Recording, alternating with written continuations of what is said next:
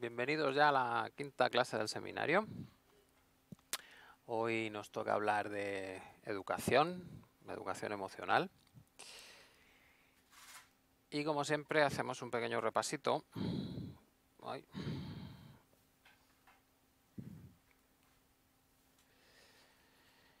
¿De dónde nos quedamos el último día? Y nos quedamos en el último día en la pregunta de ¿otra sociedad es posible? Supongo que todos tenemos como la convicción de que una sociedad mejor sería deseable. Que la que vivimos, pues bueno, no está mal, pero hay cosas que se podrían mejorar bastante, ¿no? Y con todo este tema emocional, pues parece como que tenemos opciones nuevas. ¿Es posible llevar este conocimiento de cómo funciona nuestro cerebro, nuestras emociones, cómo generamos ese cambio? ¿Sería posible llevarlo a una sociedad y generar el cambio, obtener esas mejoras?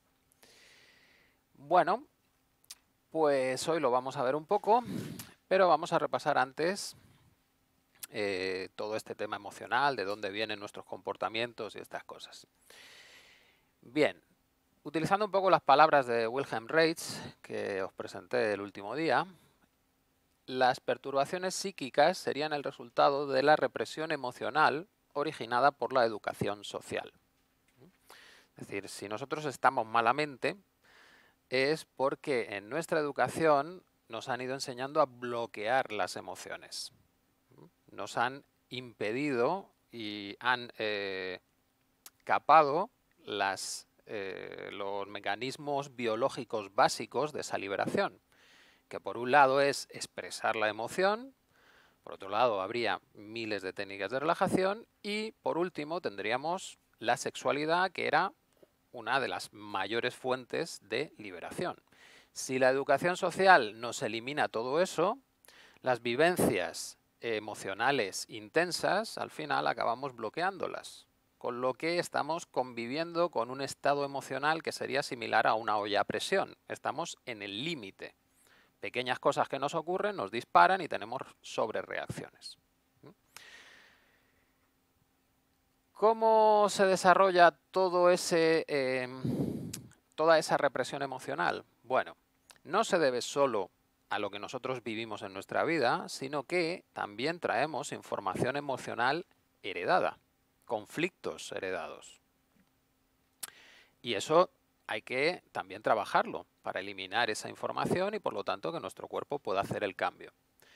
Después, en la gestación y los primeros meses de vida, también se está formando todo nuestro sistema nervioso, ese funcionamiento de nuestro cerebro, de nuestras emociones, y sería lo básico en la generación de nuestra estructura de identidad, esa gestación y los primeros meses de vida, que muchas veces se ha pensado, no hace tanto tiempo, que no era importante, porque como no pensaban los bebés, lo que les sucedía no tenía trascendencia. Y resulta que no, que es crítico.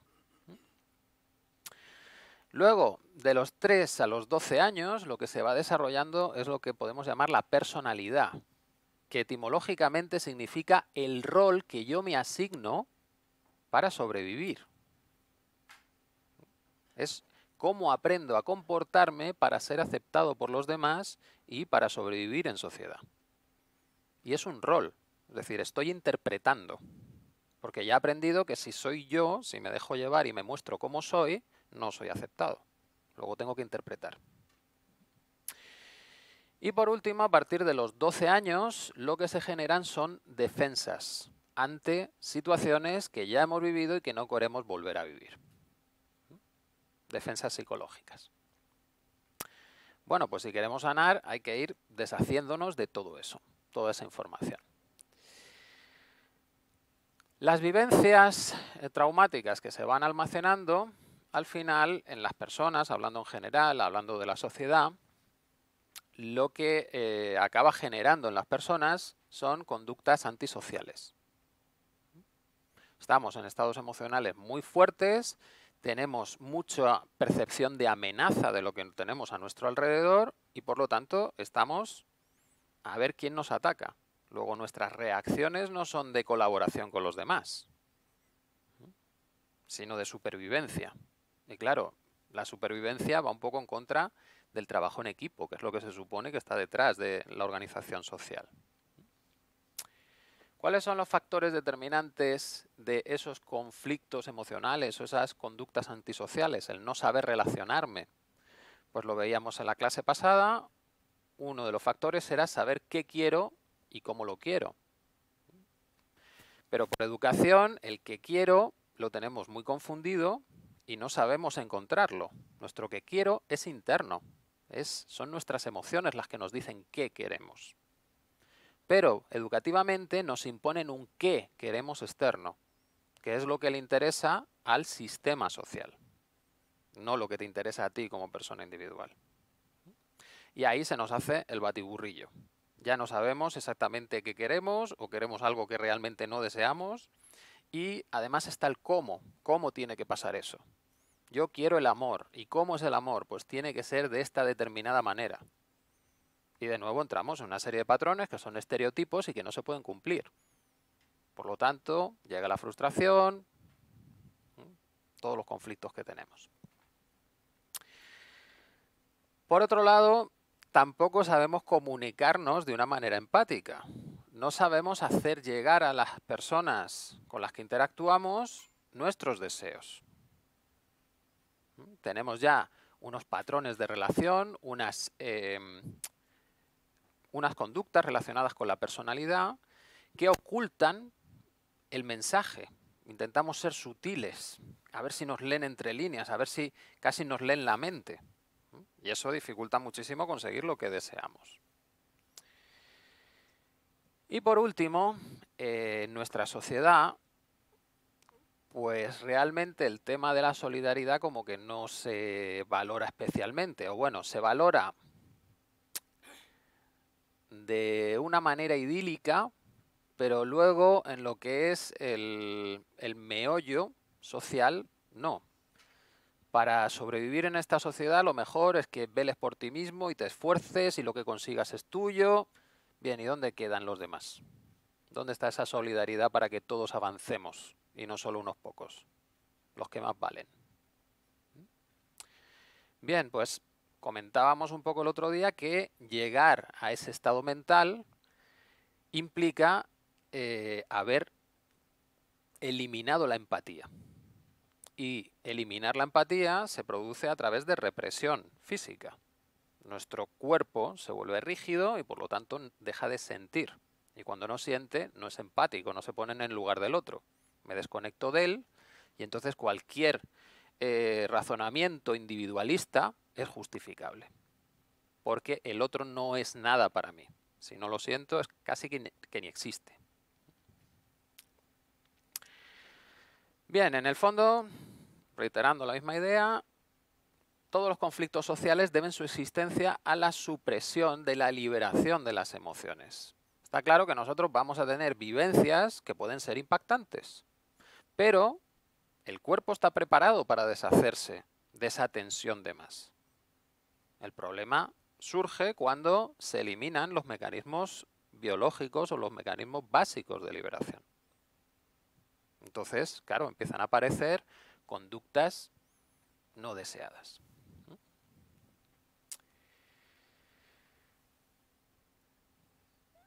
La represión emocional la podemos ver hoy en la sociedad y vemos que la sociedad de nuevo ha idealizado determinados cánones físicos.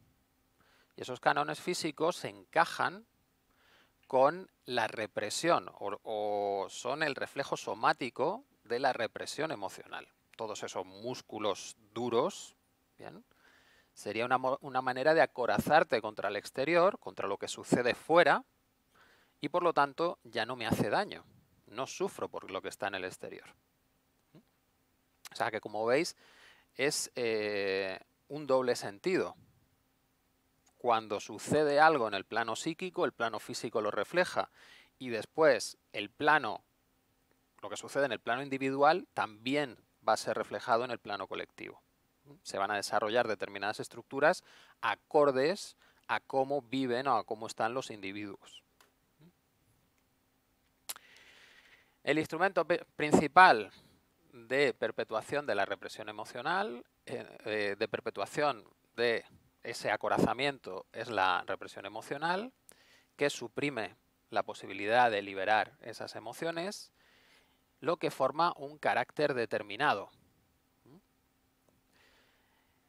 En nuestra cultura tenemos la idea de que la familia es lo ideal y que un niño dentro de una familia crece pues de una manera correcta. Vimos el otro día los diferentes tipos de apego que existen y por lo tanto, dependiendo de cómo hayan sido tus cuidadores contigo, vas a tener luego unas adaptaciones que te llevan a interrelacionarte de una manera u otra diferente. Y la familia autoritaria lo que va a generar es la formación de un carácter autoritario en los hijos. Así que, como hayamos sido educados, al final se va a perpetuar, porque nosotros haremos casi lo mismo con las siguientes generaciones. Y esto, si os analizáis, lo veréis que le sucede a todo el mundo. Muchas veces nos hemos dicho que nosotros no nos comportaríamos como nuestros padres, pero luego cuando estamos educando a nuestros hijos, lo que nos sale instintivo es lo mismo que hicieron con nosotros. O sea que lo que mamaste de pequeño es lo que queda en el fondo y lo que te va a arrastrar si no tienes esa conciencia continua. Y muchas veces es complicado porque estás alterado. Bien, pues entonces, ¿cómo cambiamos la sociedad? Bueno, pues os voy a poner un ejemplo un ejemplo del mundo biológico, de los animales, y es un poco provocador, ya os aviso. Robert Sapolsky y Lisa Serre, a principios de los 80, hicieron un estudio sobre un grupo típico de babuinos. Lo que querían saber era cómo funcionaban socialmente. ¿Bien? Lo que detectaron es que en ese grupo típico los machos dominantes maltrataban a los machos inferiores, a las hembras e incluso a las crías. Bien, en su grupo pasó algo muy curioso, que es que todos los machos dominantes murieron porque hubo un vertido de comida tóxica y los machos dominantes no dejaron a los demás comer, solo comieron ellos. Luego fueron los únicos que se murieron y quedó todo el resto del grupo. Los investigadores se fueron a casa porque dijeron, vale, pues si nos han muerto los machos dominantes, no tiene sentido hacer un estudio de cómo queda este grupo porque no es representativo.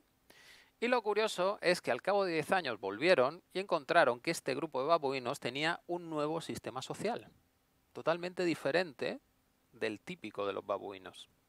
En este sistema social había desaparecido la agresividad hacia los individuos más débiles y además se mantenía esa conducta en el tiempo. Habían pasado 10 años desde entonces. Incluso los babuinos jóvenes que venían de otros grupos a integrarse en ese aprendían las costumbres de este grupo y abandonaban la agresividad. ¿Esto podría extrapolarse a los humanos?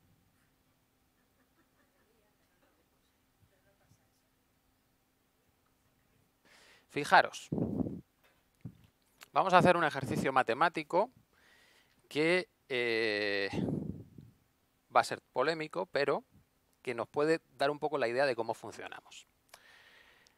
A ver, en una guerra, pues hay que reclutar a jóvenes, que tienen que ser los soldados para defenderse contra los que nos atacan. Bien, entonces está asumido que un sacrificio de vidas para el bien de la comunidad es algo que puede ser beneficioso para la comunidad. ¿Todos de acuerdo? ¿No? Bueno, ha sido lo general. Bien. Bueno, y sobre todo, hay un grupo dentro de la sociedad que sí defiende esa actuación. Los grupos dominantes no tienen ningún problema en que cuando se organice una guerra haya un montón de jóvenes que vayan a luchar y si mueren, mueren. Y bueno, si mantenemos nuestros objetivos, pues todo está justificado. Bien, bien, desde este punto de vista, si nosotros queremos cambiar la sociedad, lo único que necesitaríamos es eliminar a las personas que tengan ese problema, que vean normal o que no puedan controlar la agresividad hacia otros.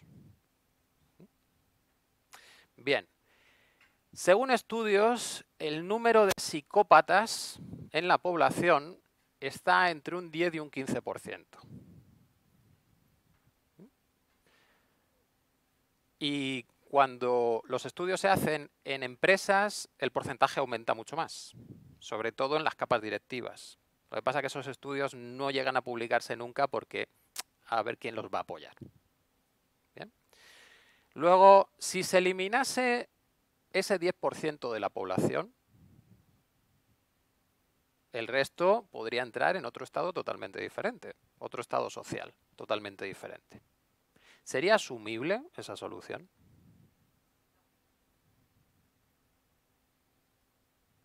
No.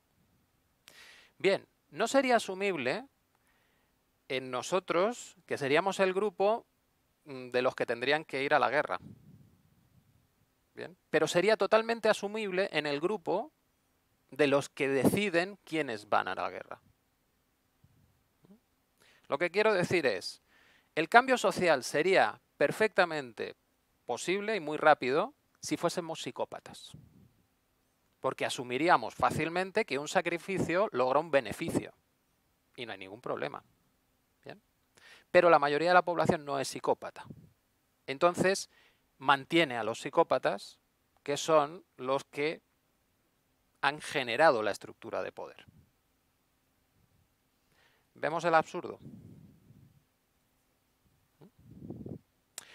Bueno, no es exactamente así, porque realmente la sociedad es más complicada, porque en la sociedad humana hay varios niveles de machos alfa.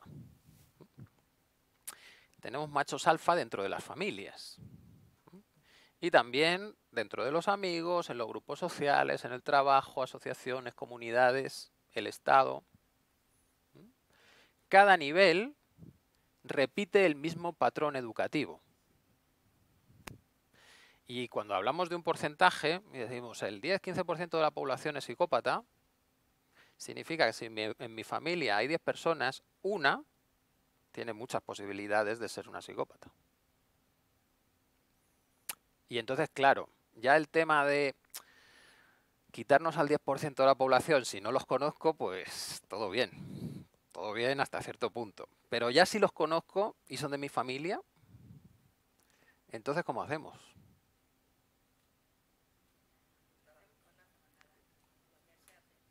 Bien, claro, entonces la solución es no hacer nada, porque la mayoría no podría tomar esa decisión. Bueno, pues entonces estamos perdidos, ¿no?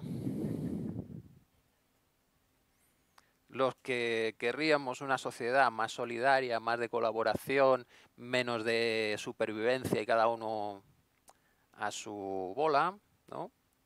Pues no podemos tomar las decisiones que nos ayudarían a llegar a ese tipo de sociedad. Bueno, pues os propongo una pista. Este es François Mitterrand, un antiguo presidente de Francia, que dice que hoy para cambiar la sociedad no es necesario la toma del cuartel de invierno, basta con tomar la escuela. La toma del cuartel de invierno hace referencia a la Revolución Rusa, en la que llegaron al poder los comunistas. La frase es bastante inquietante, porque esto de tomar la escuela, dicho además por una persona de poder, lo mismo nos da muchas pistas. ¿Cómo es la escuela actual, la que tenemos hoy por hoy? Mayoritaria. Bien, pues esa escuela es un producto del siglo XIX. No está actualizada para nada. Y lo que buscaba era estandarizar el conocimiento para que todos los funcionarios del Imperio Británico funcionasen de la misma manera. no tenían ordenadores. ¿Bien? Luego las personas tenían que actuar como ordenadores, hacer las cosas exactamente igual. Nada de pensar por tu cuenta. Exactamente igual como dicen las leyes que han aprobado los que mandan. ¿Bien? Y también, pues había otra parte de conocimiento que era el necesario para operar las fábricas. Había en las fábricas, pues, trabajadores que no necesitarían mucha formación, pero hay otros que requerirían un poco de formación para poder hacer las cosas bien. Y en una fábrica, las cosas hay que hacerlas siempre igual. Es un mecanismo, luego se repara siempre igual. Tampoco tienes que ser imaginativo, tienes que aprenderte cómo se hacen las cosas y aplicarlas siempre exactamente igual. Eso por el lado de los conocimientos. Luego está el lado de los valores, porque en educación también se transmiten valores y es algo muy importante el transmitir valores. ¿Bien? Bueno, ¿para qué serviría entonces la educación? Pues para transmitir y perpetuar los valores de la sociedad que ha definido esa educación. ¿Bien? ¿Y cuáles son los valores de la sociedad? Bien, los valores educativos del siglo XIX eran la racionalidad, el éxito, el respeto a la autoridad, el esfuerzo individual, la dedicación, la voluntad. Esta idea de ganadores y perdedores, que de nuevo tenemos que entender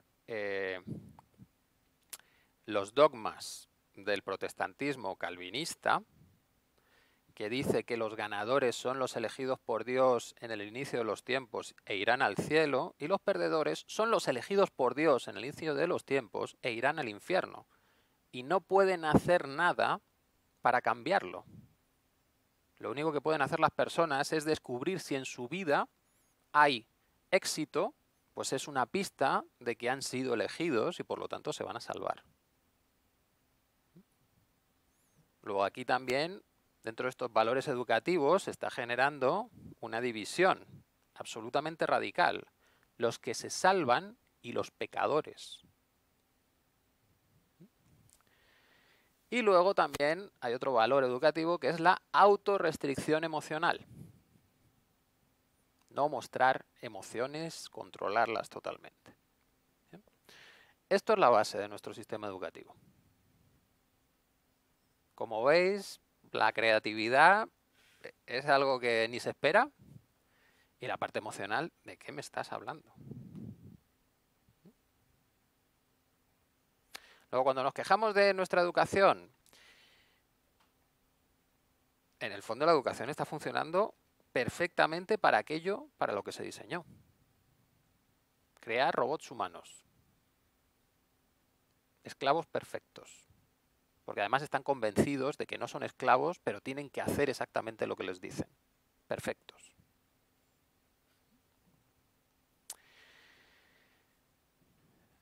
¿Cuál es la base de creencias que sostiene esa educación?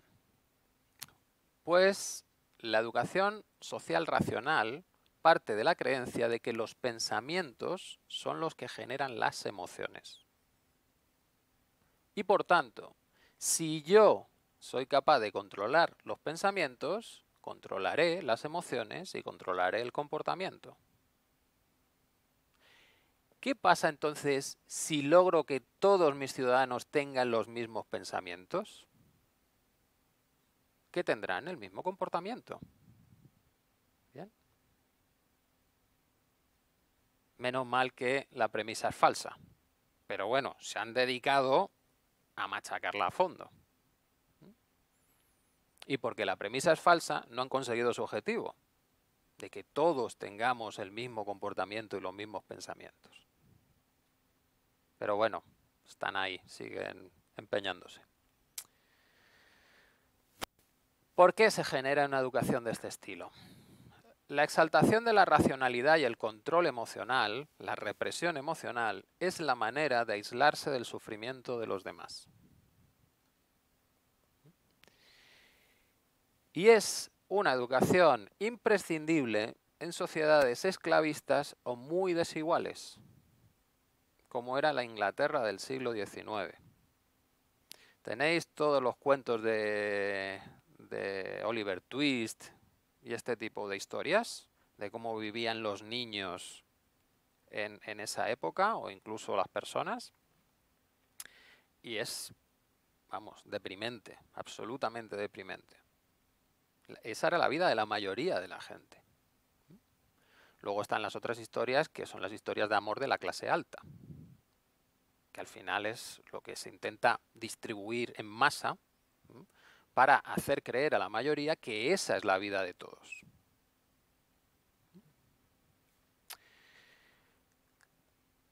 Por tanto, las personas, sobre todo las dominantes en esta sociedad, necesitan eliminar su empatía para no estar sufriendo continuamente, para poder mantenerse en su objetivo.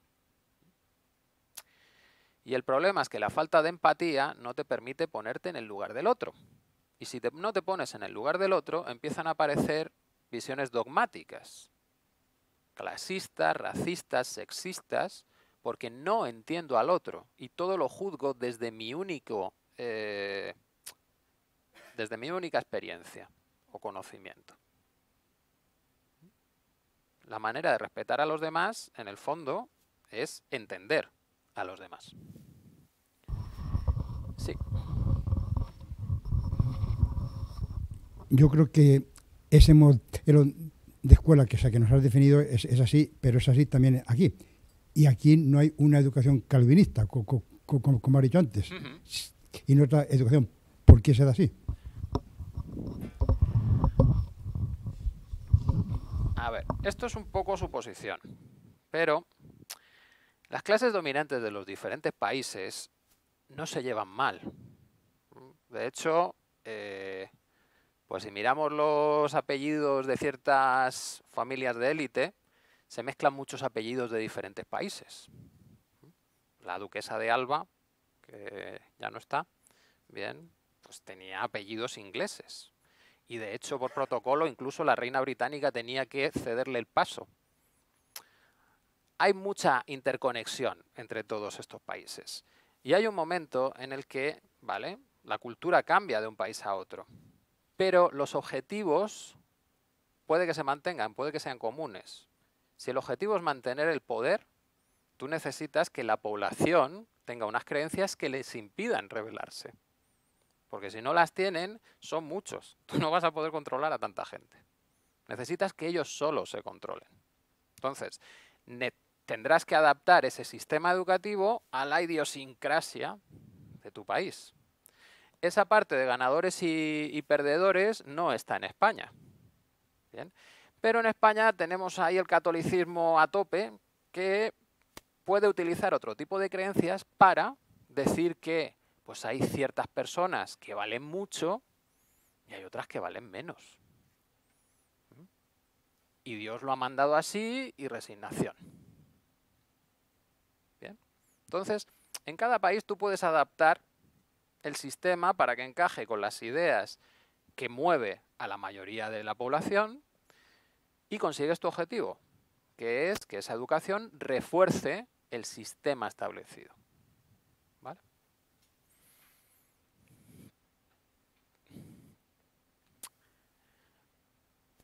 De hecho, no hemos inventado nada nuevo, porque esto sería el mismo sistema que los babuinos. Los babuinos también educan a sus nuevas generaciones a base de palos y ya está. Y aprenden y punto. ¿Bien? Nosotros somos un poco más elaborados en este proceso educativo, pero al final consigue lo mismo, mantener esa estructura social.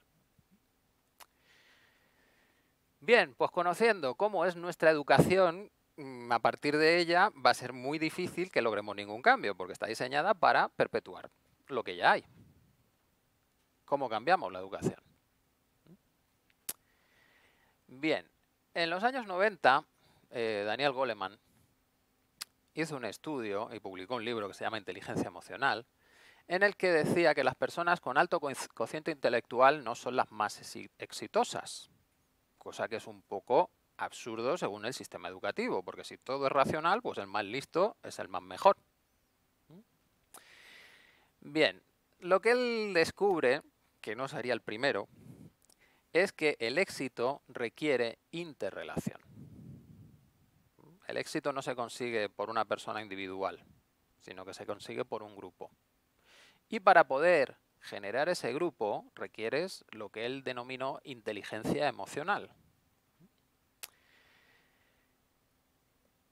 que consta de las siguientes características. Ser capaz de percibir las emociones con precisión, tanto tuyas como de los demás.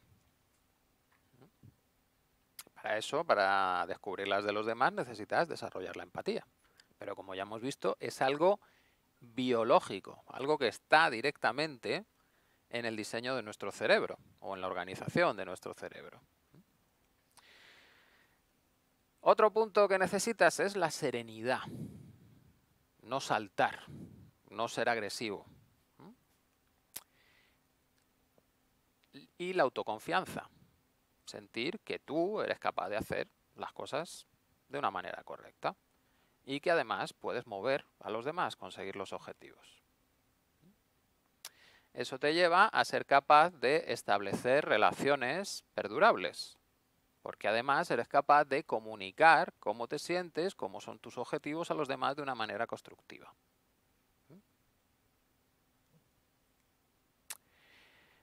¿Os suena algo esto que nos cuenta Goleman?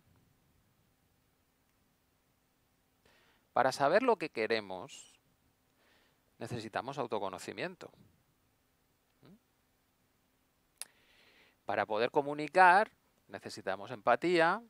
Y para poder implicar a otros, necesitamos que nuestras emociones estén equilibradas y se puedan transmitir a los demás, se les contagie.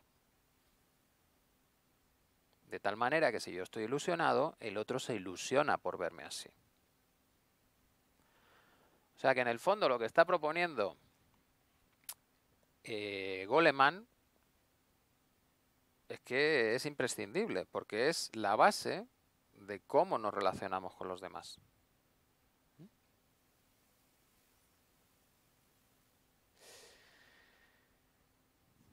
Otra parte que podemos analizar en el cambio necesario en el sistema educativo es la parte del estrés y el esfuerzo.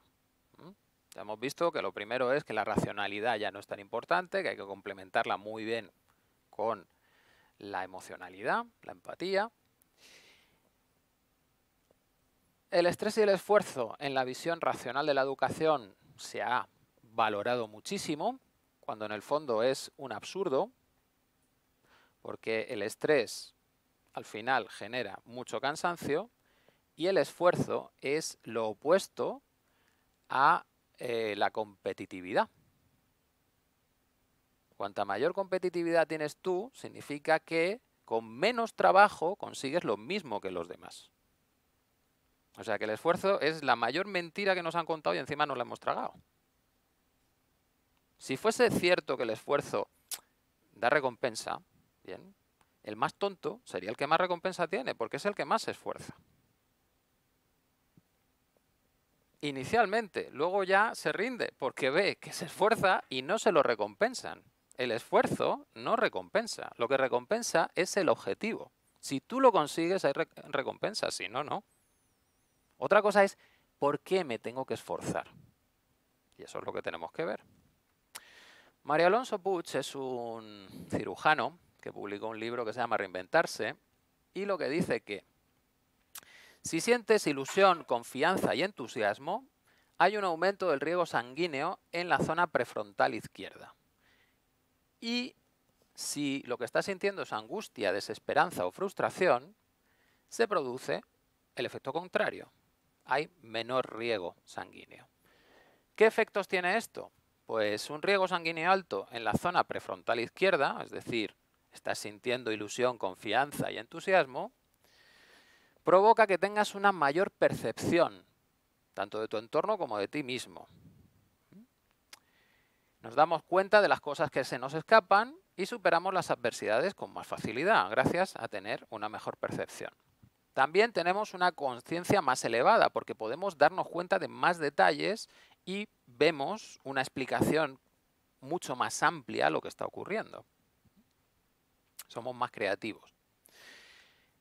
Y también gracias a esa sensación de ilusión, confianza y entusiasmo, también tendríamos una mayor capacidad de aprendizaje, porque nuestros recuerdos se forman más fácilmente y toda la experiencia que vamos teniendo la almacenamos. ¿La ilusión, confianza y entusiasmo están relacionados con la sensación de esfuerzo? Cuando una persona está en ese estado de ilusión, confianza y entusiasmo, ¿se está esforzando?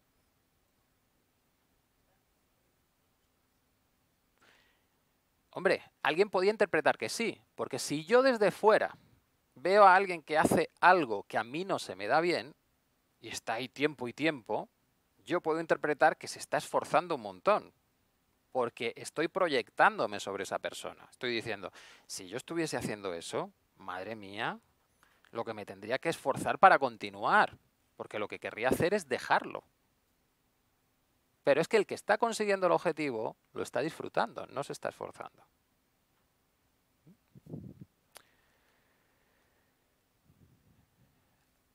La motivación y la fuerza de voluntad, bien, sobre todo la parte de la fuerza de voluntad, es para mí un equívoco. Tenemos frases del estilo, para hacerlo solo hay que querer, bien, las típicas frases motivadoras, que a algunas personas le pueden funcionar y a la mayoría le generan frustración. Porque si tú lo has intentado y no lo has conseguido, como que no querías. ¿Qué significa eso de que hay que querer? Porque encima esto, desde un punto de vista externo, podría tener algo de lógica, pero es que se aplica a los seres humanos y los seres humanos nos movemos por nuestras emociones. Entonces, lo que no somos conscientes desde fuera normalmente es el estado emocional de la otra persona cuando tiene que enfrentarse a un problema. Si un jugador de 2 metros me dice, mira, cojo el balón, fíjate qué fácil es machacar la canasta, colgarme del aro. Ahora, tú que mides 1,70, hazlo, solo tienes que querer. Yo puedo. En ese caso, vemos que es un absurdo, porque dices, hombre, es que tienes 30 centímetros más unos brazos más largos, te cuesta muy poco llegar. ¿Bien? Pero cuando este mismo ejemplo lo que hace es simbolizar la diferencia emocional entre dos personas al enfrentarse a la misma tarea, ahí ya no somos objetivos. Ahí la persona que se siente mal, que se siente incapaz, simplemente juzgamos como estás haciendo el tonto y dejándote llevar por tus emociones. Esfuérzate. Y el esfuerzo es estrés. Y si hay estrés, hay menos riego sanguíneo.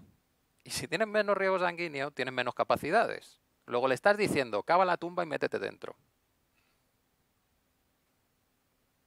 Así de absurdo es el asunto. ¿Bien? El problema es que muchas veces se asocia el estrés con el estrés, el esfuerzo con la motivación.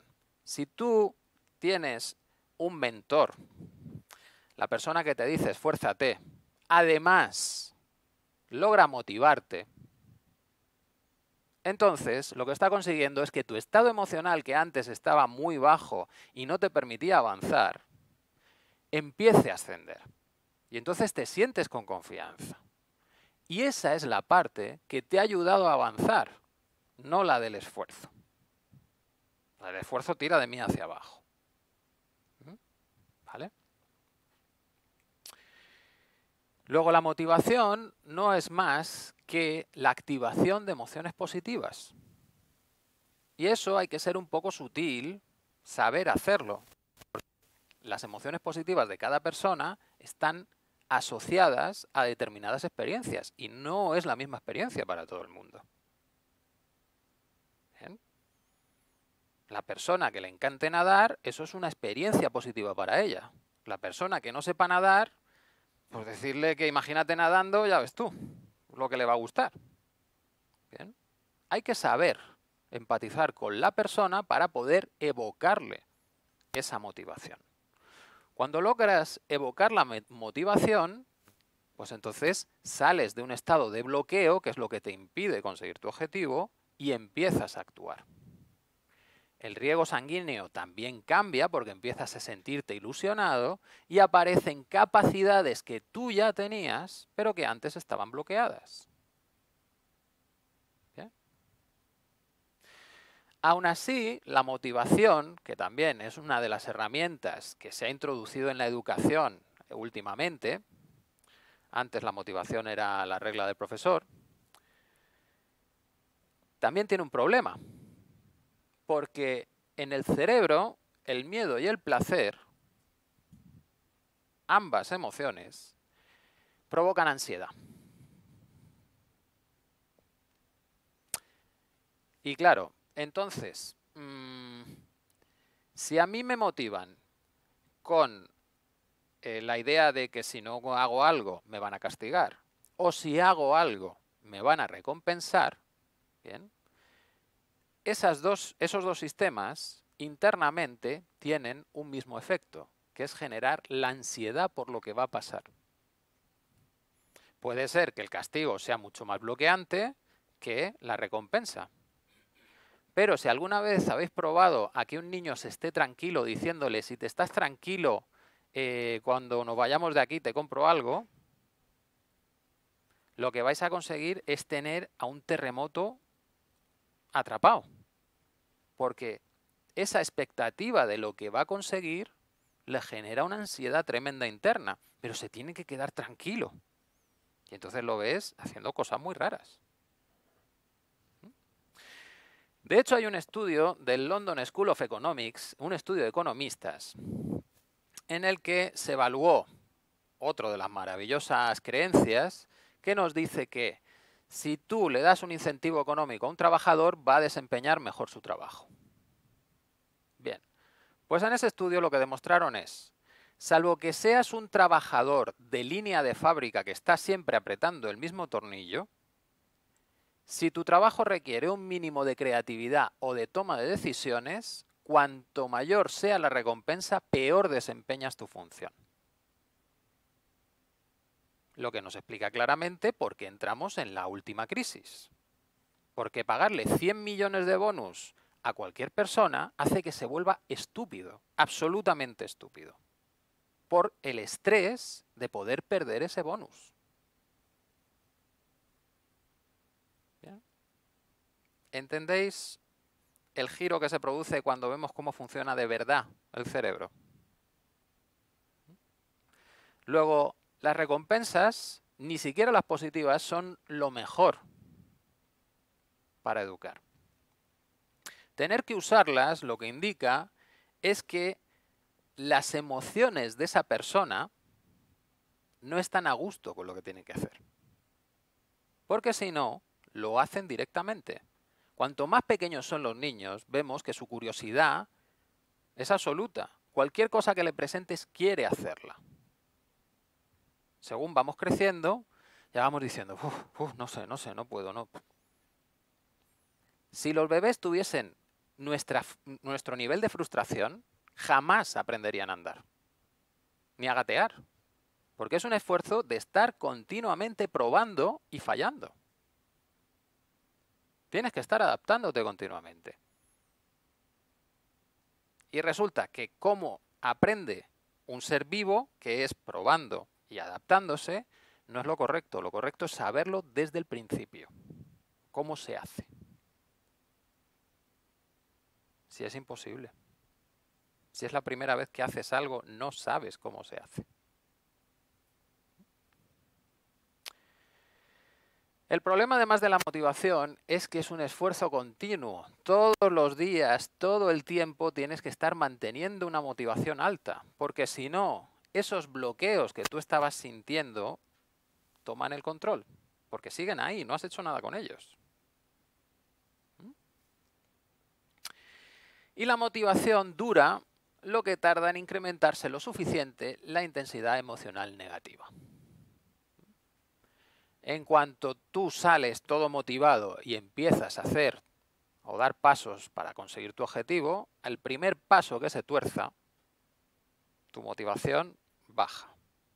El siguiente paso que se tuerza, más baja todavía. Y llega un momento en el que te dices, ¿para qué lo intenté?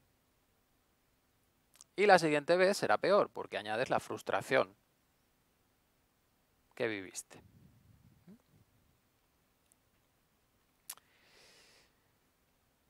Bien, ¿cómo conseguimos una motivación duradera? Bueno, pues hay una serie de elementos. El primero es la autonomía. Para conseguir que alguien se motive, necesitas darle la capacidad de pensar, buscar, probar y adaptar sus propias estrategias para resolver el problema que tú le propones. Que lo haga como quiera. ¿Que eso va a llevar mucho tiempo? Sí, pero si no, no se va a motivar él solo. Le vas a tener que motivar tú desde fuera. Y además te vas a perder toda la posible creatividad que tenga. Porque si tú le dices cómo se hace, ya no encuentra maneras diferentes, que pueden ser incluso mejores que la que tú propones. Después, maestría. Tienes que permitirle, además, a esa persona que busque la información que necesite para mejorar su proceso. Cuando esté experimentando, llegará un momento en que diga, no sé cómo se hace esto, necesito saber cómo se hace. Y si somos profesores o somos educadores, en ese momento nuestro papel es facilitarles las fuentes de esa información. No resolverles el problema, facilitarles las fuentes para que ellos continúen en el proceso de resolución a su manera. Y por último, lo que hay que darles también es un propósito. Esa típica frase del cole de ¿y esto a mí para qué me va a valer en la vida? ¿Para qué tengo que aprender yo las matemáticas? ¿Para qué tengo que aprender la lengua? Toda la razón. Si no tienen un propósito, un para qué, ¿qué ganas tengo yo de hacer esto? Porque para mí es perder el tiempo si no hay un para qué. Ese propósito, pues puede ser cosas muy diferentes. No tiene por qué ser igual para todos, pero si hay un grupo, puede que haya propósitos comunes que ayuden a reforzar esa unión. ¿Qué consecuencias tiene si nosotros empezamos a educar a los niños de esta manera? Pues lo primero es que se vuelven críticos e independientes, porque como saben buscarse la vida, saben que son capaces de resolver las cosas a su manera, buscando la información por ellos mismos, ¿bien? Va a llegar un momento en que te digan, eso no es así, porque yo he visto un vídeo en YouTube en inglés que dice que... y se te acabó el chollo de yo tengo razón en todo, yo me lo sé todo.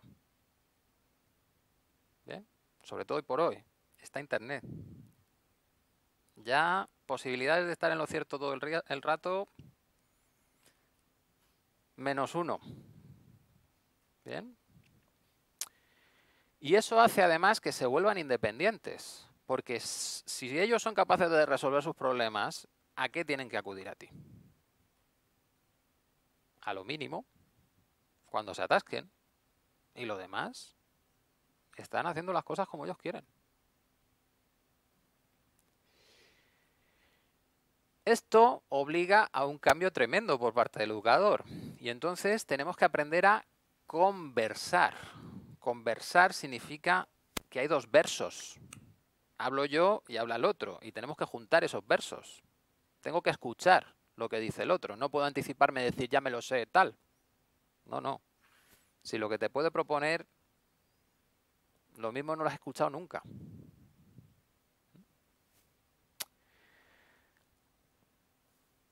Y hay que aprender a liberarse de los miedos que tú has adquirido en tu educación. El miedo a estar equivocado. Imaginaros ahora un profesor que tiene que explicar la misma materia que ha explicado todos los años y cada año hay más chavales con un ordenador conectado a internet que se pueden meter en Google y buscar lo que le está diciendo y de repente sacarle un artículo que dice que es que eso está desfasado. Y dices, madre mía, ¿y yo ahora qué hago? 20 años explicando lo mismo y resulta que no es correcto. ¿Cómo puedo yo asimilar ese cambio? Un poco duro, ¿no? Bien, entonces, fijaos que hasta puede que haya partes de nosotros que digan, pues casi mejor no cambiamos de sistema. Lo dejamos como está y así nos evitamos también sufrir nosotros. La única vía es ser capaz de soltar todas esas emociones que te van a despertar los chavales cuando estén haciendo ese cambio del sistema educativo racional al emocional, porque tú les tienes que acompañar. Y llega un momento en el que incluso hasta tú ves que puedes tener otro papel, mucho más agradable, que es el papel de apoyar. Y punto. Si es que no les tienes que decir cómo hacer las cosas, ni resolverles los problemas, ni nada de nada. Tú simplemente estás ahí pues para presentarles ideas nuevas, opciones nuevas, cuando se atasquen, decirles, oye, pues yo lo intentaría por aquí o por aquí, y ya está. No haces más. Y lo único que te queda es escucharles y alucinar con todas las ideas nuevas que pueden traer. Eso sí, si nada es tan duradero, ¿para qué sirven los exámenes? Si el conocimiento puede cambiar, ¿para qué sirve tener en el cerebro guardado un conocimiento fijo? Hombre, está claro que algo de conocimiento te ayuda en la vida, ¿no? Si aprendes a escribir, pues lo mismo te ayuda a organizar un poquito más tu manera de pensar, el que te entiendan los demás. Si aprendes a hacer unas cuentas, calcular cosas. Bien. Pero aprenderme datos y datos y datos de memoria, si tengo el teléfono y puedo hacer así. Lo que tengo que aprender es a entender la información y ser crítico con la información. Aprender a identificar cuáles son los puntos que no están tan claros o cuáles son las premisas y entonces ver si esas premisas son correctas o no.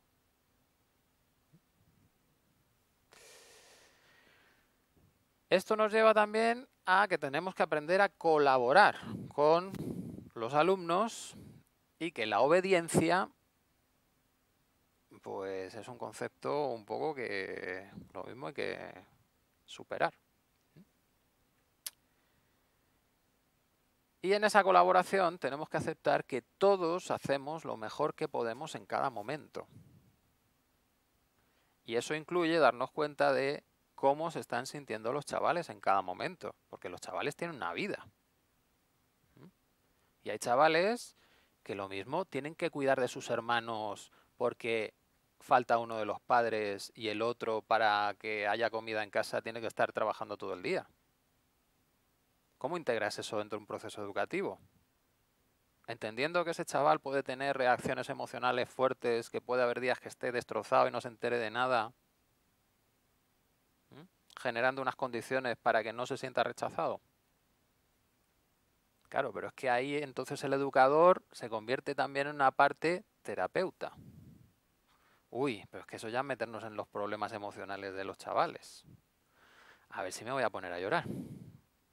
Porque hay chavales con problemas muy gordos.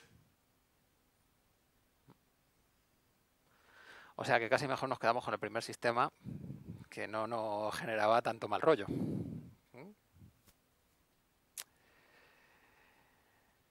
Bien, ¿querías preguntar algo? No, vale. Bueno, pregunta. Yo os estoy aquí contando como que todo se resuelve con las emociones y ¿de verdad que esto es así o tendríamos que tener en cuenta otras cosas? Bueno, pues vámonos al rendimiento intelectual. Nos olvidamos de las emociones y nos vamos a la parte racional.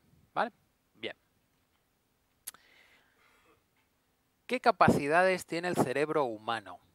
Que puede que ni siquiera estemos aprovechando. Por ejemplo, un bebé puede aprender el lenguaje de signos a partir de los 6-10 meses. ¿Qué importancia puede tener que un bebé aprenda un lenguaje de signos? ¿Cómo te sentirías tú si te llevan ahora mismo a un país extranjero en el que no entiendes nada?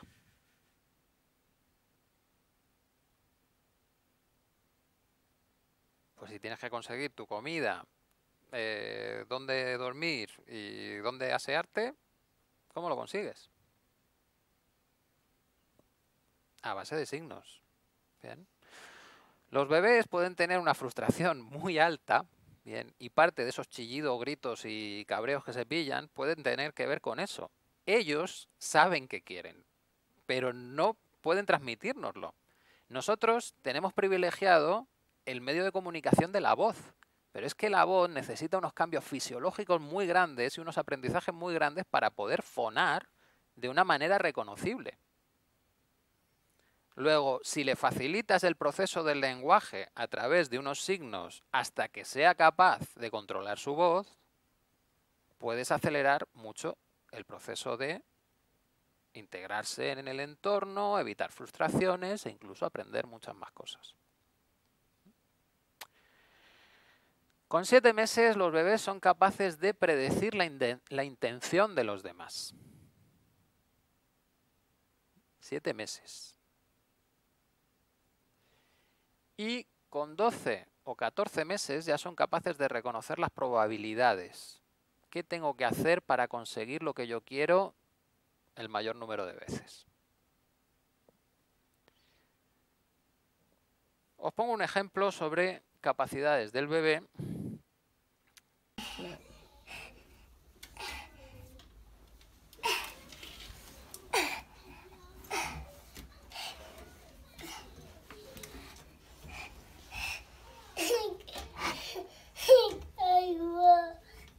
Que no sei.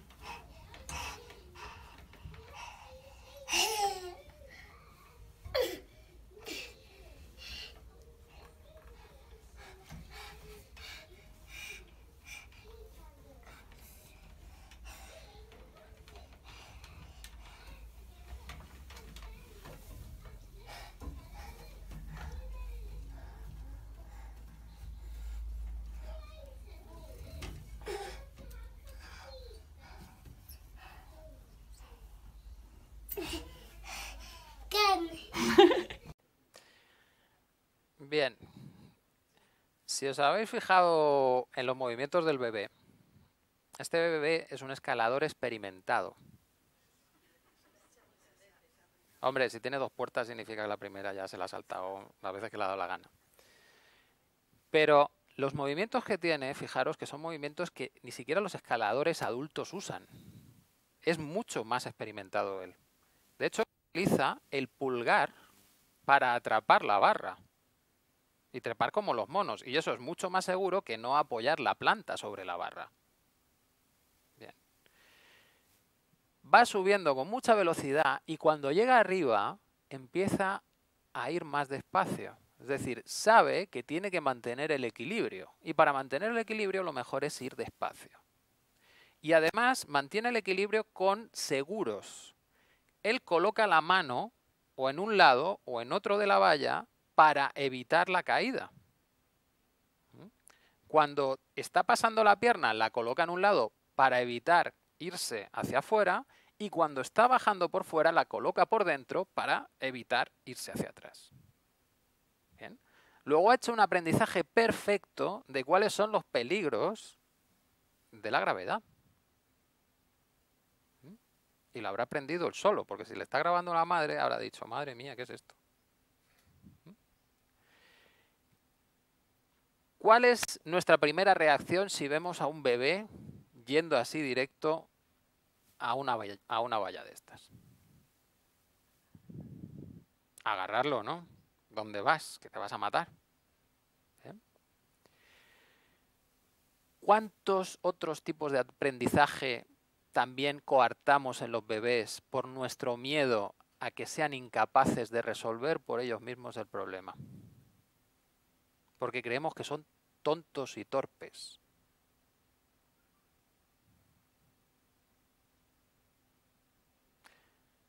Fijaos que los bebés en un año aprenden a andar. ¿Cuánto le cuesta recuperar el movimiento a un adulto que ha tenido un accidente?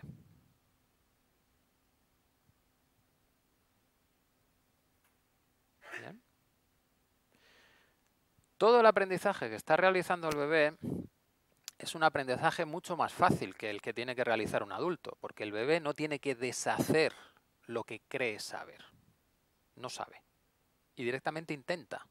Y su cerebro va guardando lo que funciona y lo que no funciona. Y la siguiente vez ya sabe cómo hacerlo.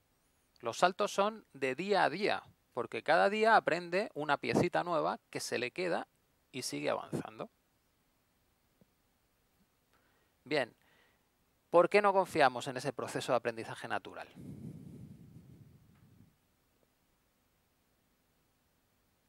Hombre, está claro que en nuestro entorno hay elementos que pueden ser tóxicos que añadimos nosotros los adultos. Bien, y los bebés están preparados para un entorno natural, en el que los peligros por toxicidad son los mínimos. Entonces, hay una mínima vigilancia que sí que hay que tener, pero por lo demás, ¿por qué no dejamos que aprendan los bebés por sí mismos? Por nuestro miedo. ¿Y entonces qué le enseñamos a los bebés? Miedo. ¿Y el miedo qué consigue? Limitarnos. Que no hagamos todo aquello que somos capaces de hacer. No probamos. ¿Bien? Existe un... ¿cómo lo llamaría? Una leyenda urbana que dice que el miedo es necesario para la supervivencia. Si lo analizamos neurológicamente, el miedo provoca una reducción de sangre en el sistema racional del cerebro. Luego, si tenemos miedo, no somos racionales, somos reactivos, ¿bien? Y no podemos analizar objetivamente la realidad que tenemos a nuestro alrededor. Vamos a funcionar según el patrón con el que adquirimos el miedo. Y vamos a aplicar la misma solución que encontramos en el primer momento de miedo. ¿Vale? Eso es lo óptimo. Sería óptimo si me encontrase una situación exactamente igual. Pero si no es exactamente igual, todas las diferencias, todos los detalles distintos, los voy a ignorar y voy a reaccionar como si fuese igual. Seguro que voy a estar más seguro por haber hecho un aprendizaje por miedo. ¿No? Otra cosa es que a nosotros, educativamente, el miedo, la vergüenza y la culpa nos arreglen muchos problemas y nos ahorren mucho tiempo. Porque está claro que si tienes que enseñarle al bebé a que no meta los dedos en el enchufe, bien, pues es más fácil con una aguja pincharle 4 veces que no estar allí delante retirándole la mano. Bien, ocupa mucho más tiempo lo de estar ahí delante. Así que hay herramientas educativas que pues ahorran trabajo del educador. Otra cosa es cuáles son las consecuencias luego en el que recibe esa educación. Bien, ahora os voy a contar hechos sorprendentes a nivel neurológico de lo que es capaz nuestro cerebro para ilustrar ese tema de, pero realmente la parte emocional no es lo importante, no tendríamos que trabajar lo racional. Bueno, Stephen Wilshire, que es una persona que tiene autismo, bien, lo montaron en un helicóptero, le dieron una vuelta por Londres y luego fue capaz de dibujar en una pared de 30 metros todo lo que había visto de Londres en ese paseo. Todos los edificios con las ventanitas de los edificios. Algo que se supone que es imposible, porque nuestra capacidad de memoria no puede llegar a eso. A ver, si es imposible y alguien lo ha conseguido, ¿quién está equivocado? Y aquí llega la maravillosa argumentación. No, hombre, es que es una excepción. Ole. Ole. Hombre, era autista y no manejaba nada de eso. Él cogió su rotulador, pum, pum, pum, pum, pum, y se puso a hacerlo. De hecho, podéis buscar el nombre y el vídeo en internet y está. ¿Bien? Fijaros cómo nuestro cerebro y nuestra educación que nos lleva a querer justificar cómo funcionamos nosotros. Y a decir que lo que nos pasa a nosotros les pasa a todo el mundo. Y si no, es imposible. Lo que nos está diciendo este caso es que nuestro cerebro puede funcionar como una máquina fotográfica. Tiene la capacidad de hacerlo. ¿Por qué no lo hace? Puede ser que tenga que ver con lo emocional, porque los autistas, bien, lo que tienen es desconectada su emocionalidad con el exterior.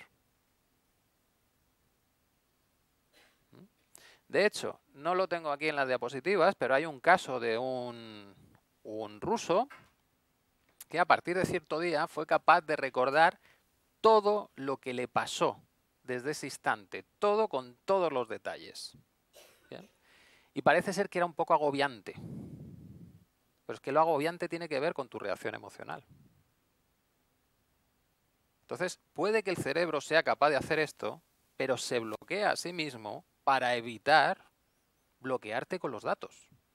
Porque no sabes gestionar esa parte emocional.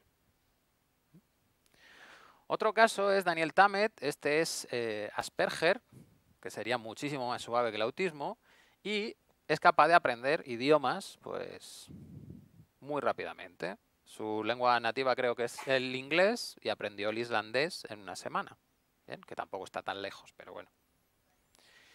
Y un caso ya límite es Kim Peek, que este es el que inspiró la película de Rain Man. Pues nació con macrocefalia y agenesia del cuerpo calloso. El cuerpo calloso es la estructura del cerebro que une los hemisferios, que permite el paso de información entre un hemisferio y otro. Bueno, pues tenía deficiencia intelectual, apenas era capaz de abrocharse la camisa, tenía 85 de cociente intelectual y acabó el currículum escolar con 4 años de adelanto. ¿Qué quiere decir esto? Que el currículum escolar se basa en memorizar. Da igual que entiendas o no entiendas. Tú memoriza, pon lo mismo y ya está. Pedazo de educación, sobre todo hoy por hoy, que tenemos a Google. ¿Para qué sirve memorizar? ¿Para qué? Si no entiendo, si no puedo gestionar toda esa información, unirla, relacionarla. Él recordaba el 98% de los 12.000 libros que había leído.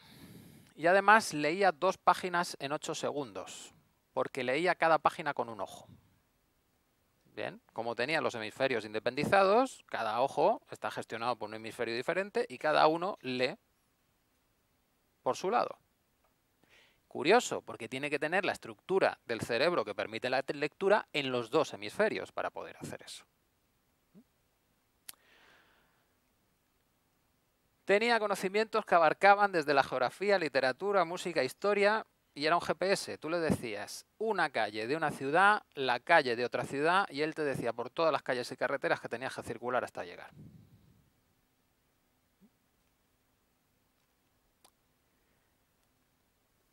Pues su capacidad de retener información parecía totalmente limitada. El único tema es que no podía relacionarla. Él simplemente sentía que la información estaba ahí. Ya está. Hay estudios actuales, también con optogenética, que demuestran que cuando hay, ¿cómo se llama cuando pierdes la memoria? Amnesia, ¿bien? No se ha perdido el recuerdo sigue ahí y de hecho si estimulas las células que han almacenado el recuerdo vuelve. Lo que has perdido es como el índice con el que el consciente puede ir a buscar a voluntad el recuerdo. Y eso a mí me parece como muy plausible, que sea lo que realmente pasa. Es decir, nuestros cerebros tendrían un funcionamiento tipo bases de datos de ordenadores. En una base de datos, si no tienes un índice para acceder a los registros, es como si no existieran. Y en nuestro cerebro pasaría algo similar. Para acceder a los recuerdos hay que tener un índice consciente. Si ese índice se ha cortado, el recuerdo sigue en tu cerebro, las reacciones internas por las consecuencias de ese recuerdo siguen en tu cerebro, pero conscientemente no puedes llegar a él. Otra cosa es que con entrenamiento se pueda volver a crear la estructura que me permita acceder conscientemente al recuerdo, que es lo que pasa a veces cuando se hacen pues, métodos de relajaciones profundas, hipnosis, cosas de ese estilo. Bien, este Sugata Mitra hizo un experimento que llamó Hole in the Wall, que es colocar ordenadores en paredes en barrios marginales de ciudades de la India. Colocaba el ordenador, llegaban los niños de la calle, le preguntaban qué era eso y él decía, pues no sé, aquí os queda, vosotros veréis qué hacéis. Y al cabo de 3 meses volvía a ver qué había ocurrido. Pues lo que ocurría es que los niños aprendían a manejar el ordenador. Eso sí, el ordenador tenía los menús en inglés y en la India no se habla inglés. O sea que tenían que aprender todavía algo más para poder manejar el ordenador. Y comentaba el caso que una vez llegó a uno de esos ordenadores y los niños le pedían que necesitaban más memoria, un procesador mejor y que les cambiase el ratón que se había estropeado. Entonces, habían sido capaces de acceder ellos a la información y entender esa información. También encontraba que los resultados mejoraban si los ordenadores estaban conectados a la nube de las abuelas, que no era más que abuelas inglesas que simplemente les decían a los niños, qué interesante, cuéntame más. Esa era la motivación que tenían los niños para seguir buscando información con la que sorprender a la abuela. Que en el fondo es el sistema de aprendizaje que tienen los niños.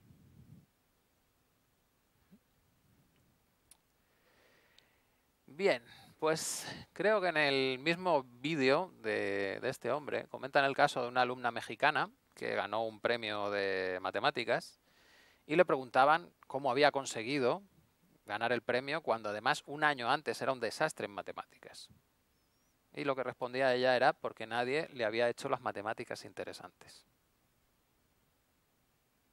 Porque hacer interesante algo cambia mucho tu estructura mental, te ayuda a crear una lógica de cómo funcionan las cosas. No son elementos separados que tengo que tener unidos en la memoria. No, son estructuras que se unen unas a otras y me resulta fácil encajarlas y entender cómo es ese proceso. Y a partir de ahí puedo aprender muy rápido. Si no tengo una estructura donde encajarlo, aprendo de memoria y eso cuesta mucho. ¿Cómo se aprende realmente? Pues según estudios, el 10% de lo que leemos es con lo que nos quedamos. Por eso tenemos que releer varias veces. El 20% de lo que oímos y el 30% de lo que vemos. Así que en una clase normal lo que tendremos es que nos quedamos con la mitad de lo que nos cuentan. Nos quedamos con el 70% de lo que discutimos con los demás, porque nos obliga a repensar las cosas, reforzar las estructuras, entender mejor y entonces eso facilita el aprendizaje o la incorporación de ese aprendizaje. El 80% de lo que experimentamos y el 95% de lo que enseñas a alguien más. Así que un aprendizaje bueno sería decirle a la gente, vale, nos tienes que contar la siguiente lección para el próximo día, nos la tienes que enseñar tú. Eso te obliga a rellenar todos los huecos por las posibles preguntas.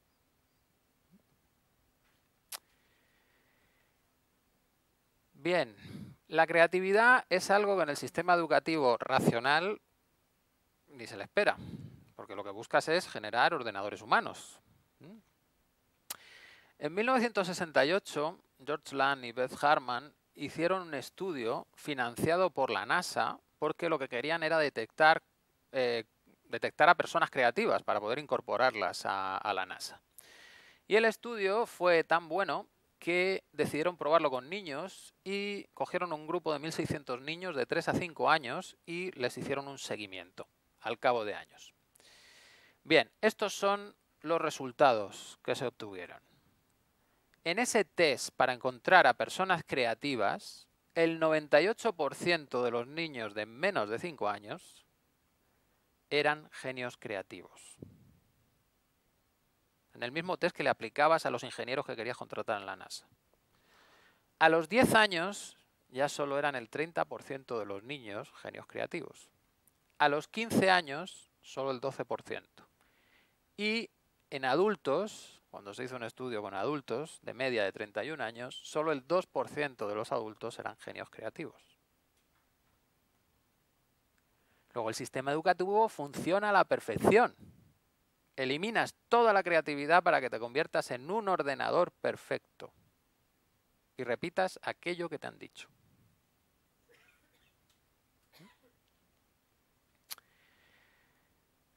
Esto se debe a que para ser creativo necesitas combinar los dos procesos de pensamiento que tiene el cerebro. Por un lado tenemos el hemisferio derecho, que procesa la información de una manera divergente, intenta encontrar uniones de todo con todo. Y de ahí salen ideas originales, al unir cosas que normalmente no están unidas. Eso sí, esas uniones, al hacerlas el hemisferio derecho, las hace de una manera que no es lineal. Luego nos resulta difícil seguir el hilo de su procesamiento. Nos resulta complicado entenderlas. Porque realmente suceden subconscientemente. Es el subconsciente el que gestiona toda esa información y el que encuentra las uniones. Luego, si queremos que esa creatividad sea práctica, necesitamos el hemisferio izquierdo, el pensamiento convergente. El pensamiento convergente nos ayuda a ver dónde fallan las ideas locas del hemisferio derecho. Entonces, juzga, critica las ideas, las lleva a lo práctico, las refina, las combina, va mejorando para que se adapten a aquello que se busca. Y es algo que se produce más en el pensamiento consciente. Si no combinas estos dos procesos, no logras una creatividad práctica. Si te quedas solo en esta parte, vas a conseguir cosas muy locas, que puede venir muy bien a un artista, Picasso, Dalí. Pero si eres un ingeniero, necesitas bajar esas ideas locas a la tierra. Y entonces tienes que ver qué limitaciones te está poniendo tu entorno para adaptar esas ideas a la realidad. Otra cosa es que te quedes solo aquí, porque si empiezas con juicios, no vas a conseguir nada.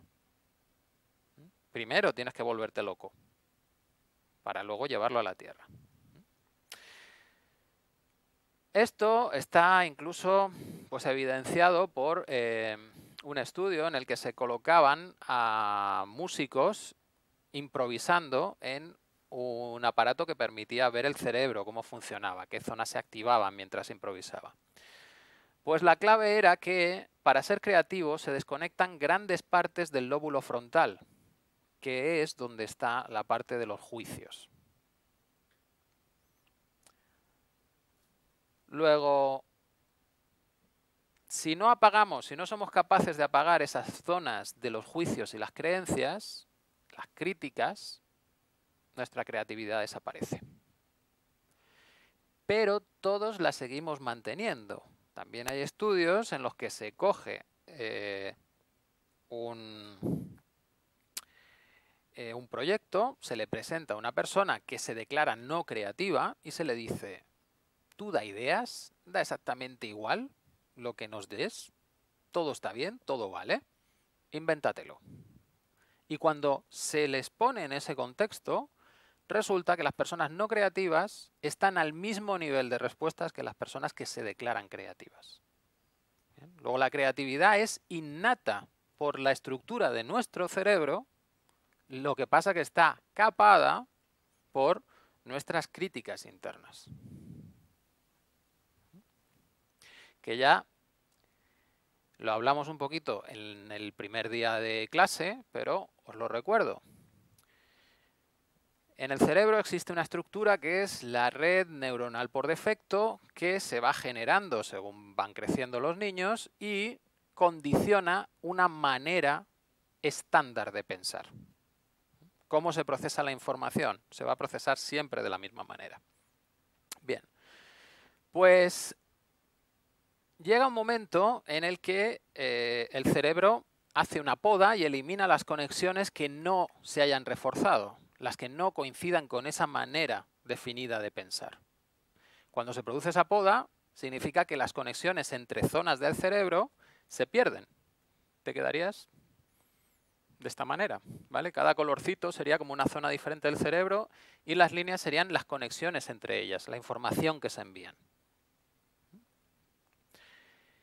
Si cogemos un cerebro y le aplicamos un psicodélico, que es un tipo de droga que lo que hace es simular como que hay más serotonina, lo que obtenemos es que el cerebro empieza a activarse de nuevo y empieza a enviar información por todos los caminos que puede.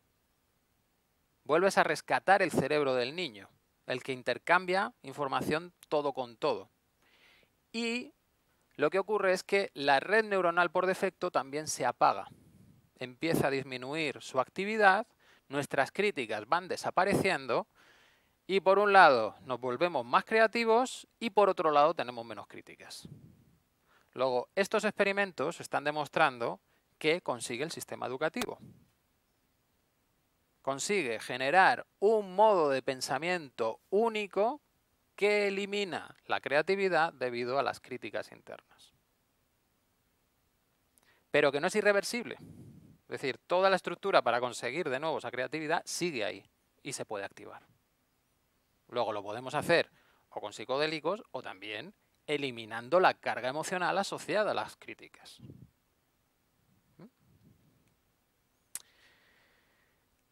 En el fondo, el proceso de aprendizaje lo refleja. La primera vez que recibimos una información, nuestro cerebro automáticamente casi nos dice, no me lo creo. La segunda vez dice, vale, entiendo, porque la primera es que ni te he escuchado. Entiendo lo que me estás diciendo, pero no es verdad. No encaja.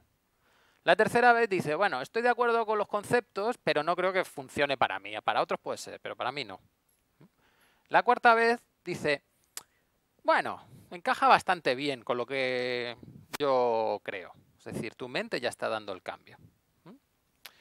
La quinta, ya lo has utilizado, ya has visto que funciona y dices, oye, pues esto está bien, y en la sexta eres tú el que lo está contando. Pero en el fondo todo esto no es más que una lucha emocional. Entre, no puedo estar equivocado, y el, oye, es que esto funciona maravillosamente. Es un cambio emocional. Luego, el aprendizaje podría ser instantáneo, muy rápido, como les pasa a los niños que te ven la clave del ordenador y en el día siguiente están ahí entrando donde les da la gana. Bien. Pero tenemos todo ese bloqueo. Si nos deshacemos del bloqueo, recuperamos la capacidad de aprendizaje. Por tanto, la educación limita.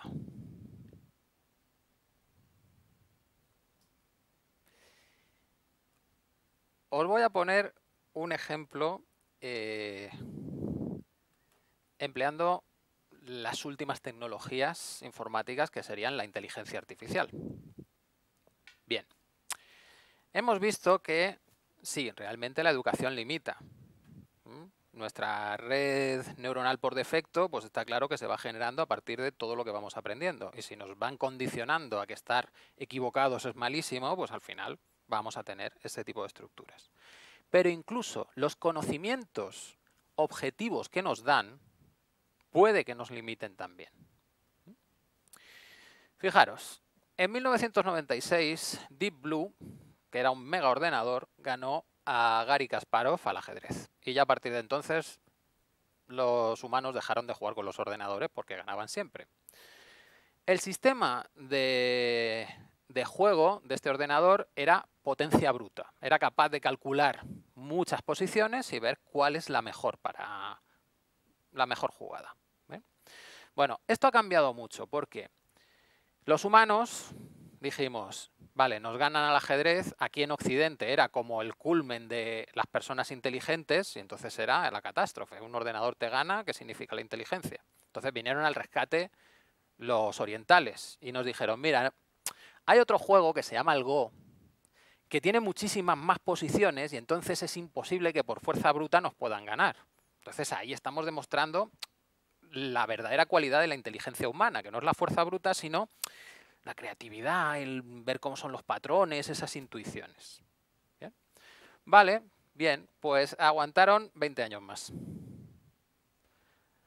En 2016, una inteligencia artificial ganó al campeón del mundo de Go 3-0. Hay en internet un documental sobre esto. Luego incluso la inteligencia artificial perdió una partida. Pero, claro, esto ya era la hecatombe, el Go. Lo que nos iba a salvar a los humanos, pues al final, 20 años después, ¡pum!, también cayó. Y cayó porque una inteligencia artificial se diferencia de Deep Blue en que la inteligencia artificial aprende por sí misma a jugar. No le pone a alguien desde fuera, a un humano, cómo son las reglas y cómo tiene que jugar. Desde fuera lo único que le pones es, mira, esta es una partida, y esta es otra, y esta es otra, y esta es otra. Vete aprendiendo y luego vas a jugar contigo mismo. Y después de 100 millones de partidas, habrás aprendido. Y vaya que se aprende. Pero no solo aprenden en eso. En el 2017, otra inteligencia artificial ganó al póker. A campeones humanos. ¿Y el póker? ¿No implica el póker ser capaz de engañar? ¿Cómo puede ser que un ordenador engañe? ¿Qué está pasando? A ver si van a tener alma los ordenadores o las inteligencias artificiales estas. O a ver si va a ser que todo lo que hace nuestro cerebro es algo que se puede modelar. Es decir, que no está fuera de la naturaleza, es algo normal. Solo que tienes que reproducir cómo funciona el cerebro. Y el cerebro fundamentalmente funciona debido a la cantidad ingente de aprendizaje que va realizando en toda su vida. Bueno, pues esto todavía ha ido más allá y en 2017 sacan otra inteligencia artificial. La primera, esta, todavía le tenían que enseñar un poquito las reglas, pero esta otra, AlphaZero, ya es capaz de aprender desde cero. Y le enseñaron a jugar, o le pusieron a jugar al Go, al ajedrez e incluso al ajedrez chino, el shogi. Y en pocas horas, que significarían muchos años de vida de un humano, porque los ponen a entrenar en megaordenadores, era capaz de ganar al Go, a la inteligencia artificial de 2016, apalizada totalmente, 100-0. Al shogi, ya esto es más sencillo, luego sin problema ninguno. Y al ajedrez fue también capaz de ganar al mejor programa de ajedrez que en este momento hay en el mundo. Aprendiendo por sí mismo. ¿Qué diferencia hay entre aprender por uno mismo o aprender porque me lo programan, porque me lo enseñan? Pues Kasparov tiene su opinión y dice: los programas usualmente reflejan las prioridades y los prejuicios de los programadores. Los metes ahí según lo vas haciendo, pones lo que tú consideras que es mejor. Pero como AlphaZero se programa a sí mismo, yo diría que su estilo refleja la verdad. AlphaZero reevalúa conceptos fundamentales como el valor de las piezas y prioriza la actividad de las piezas sobre lo material.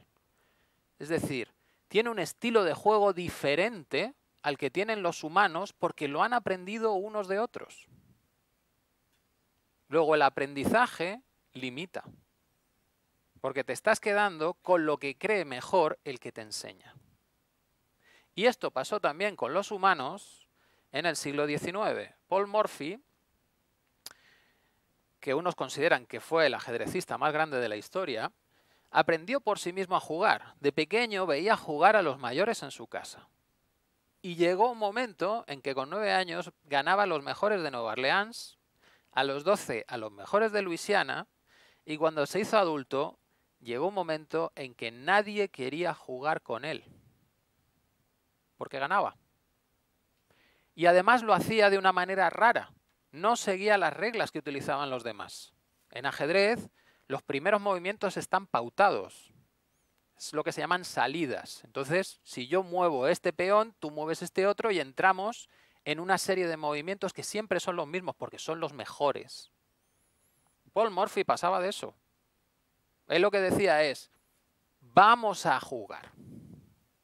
Y de ahí, utilizando su lógica y su experiencia, empezaba a elaborar la partida. El problema de eso es, tu experiencia se evalúa principalmente por el hemisferio derecho, el creativo. Y entonces te va a resultar muy difícil explicar por qué haces los movimientos. Mientras que la manera normal de juego se rige por el hemisferio izquierdo, el que necesita estar seguro totalmente de que ese movimiento es el correcto. Y entonces bloqueas las posibilidades. El hemisferio derecho procesa muchísima más información, muchísimo más rápido, pero tú solo te fías del izquierdo, que es muchísimo más lento y más restringido. Y eso es lo que nos están demostrando las redes o las inteligencias artificiales, que el funcionamiento del hemisferio derecho es el potente, es el que te hace humano. Porque además las redes o las inteligencias artificiales necesitan ajustar ciertos parámetros para poder aprender, y esos parámetros tienen la misma función que las emociones en los humanos.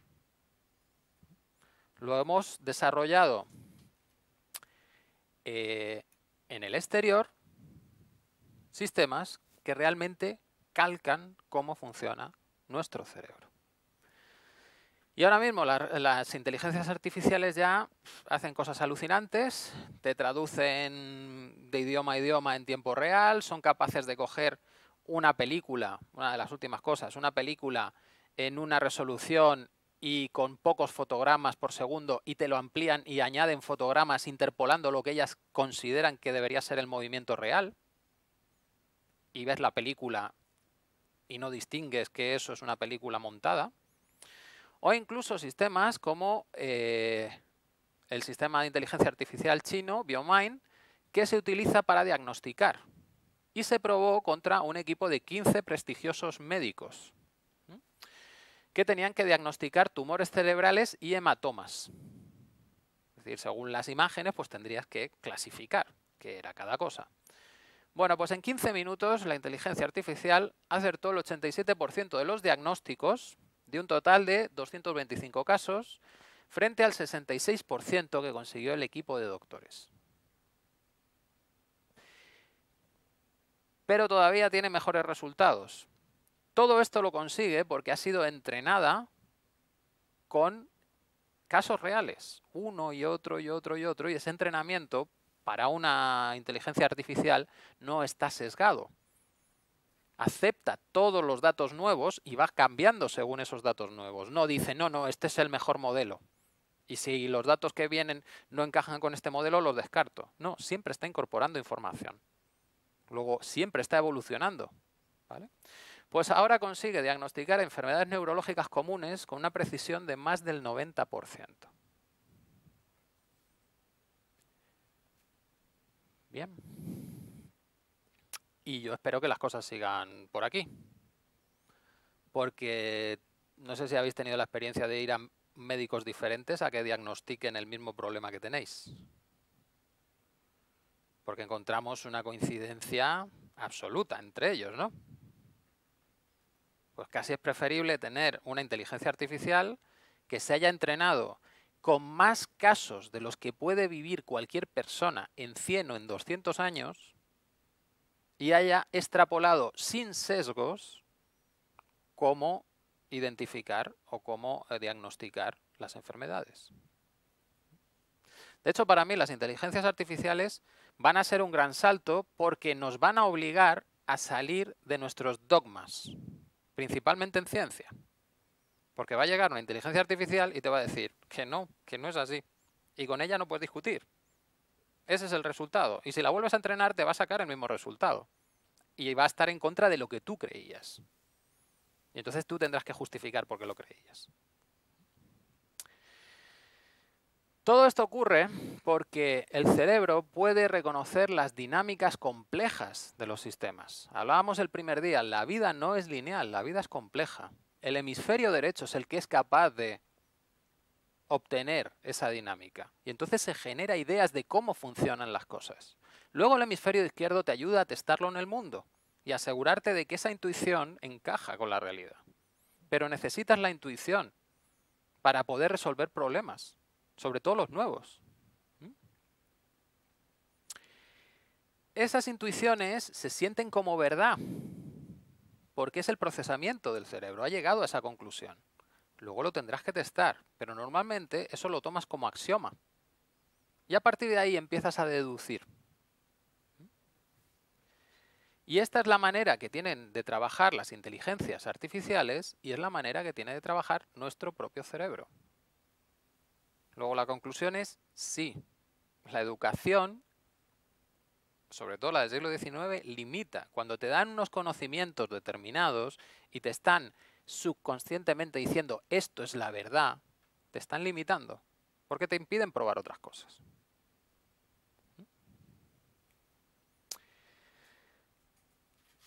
Y eso está demostrado matemáticamente.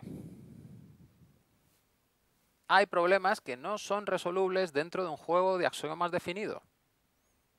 Aunque esas verdades que tú hayas captado sean válidas, habrá determinados problemas que no seas capaz de resolver, que tengas que ampliar tus verdades, es decir, ampliar tu experiencia para tener nuevas intuiciones más ricas. Luego siempre necesitas estar adquiriendo nuevos conocimientos, nuevas experiencias para ir creciendo. Si no, te quedas atascado en tu mismo problema, nunca lo resuelves. Y también nos dice que no es posible, con el sistema del hemisferio izquierdo, encontrar la solución a todos los problemas. Eso que se temían que los ordenadores lo iban a resolver todo, no es posible, matemáticamente. Los ordenadores van a hacer muy bien lo que nosotros sabemos hacer muy bien. ¿Bien? Pero no van a más allá de lo que somos capaces de hacer nosotros, porque nosotros hemos construido los ordenadores modelándonos a nosotros. Luego tienen las mismas limitaciones que tenemos nosotros. Sí, sí. Vale, cuando hablo de inteligencia artificial son ordenadores, pero hago la diferencia por el sistema de funcionamiento. Exacto. El ordenador normalmente programas, haces un programa que es lineal, justo, un programa que es lineal en el que tú identificas todas las posibilidades que hay y cuando en la realidad aparecen otras posibilidades el programa casca. ¿Bien? O una inteligencia artificial que no tiene limitaciones, recibe entradas y va buscando salidas y tiene los mismos problemas que tenemos nosotros. ¿Bien? Puede tener un sobreaprendizaje y entonces encuentra problemas donde no los hay o no tiene los suficientes datos y entonces no sabe reconocer toda la complejidad de la realidad. Pero es que eso nos pasa a nosotros también. ¿Bien? Es que nos hemos modelado. Y lo maravilloso de esto es vernos en un aparato externo, que entonces podemos hacer pruebas y podemos testar. Bien, entonces, ¿cómo será la educación en el futuro? Bien, pues aquí os voy a comentar algo que a mí me resulta también muy ilusionante, que es el tema de la estimulación transcraneal. Bien, hay aparatos que permiten poner corrientes eléctricas y magnéticas de baja intensidad en el cerebro y se pueden dirigir a determinadas zonas del cerebro. ¿Bien? Bueno, pues con eso se ha conseguido lo siguiente. Lo que tú realizarías, lo que querrías hacer sería como o reforzar las propias corrientes que hay en el cerebro o bloquear las corrientes del cerebro. Si intentas reforzarlas, se ha conseguido que haya mejoras en las capacidades de aprendizaje, atención y lógica matemática, poniendo corrientes en el cerebro. Solo con eso, mejorar. ¿Bien?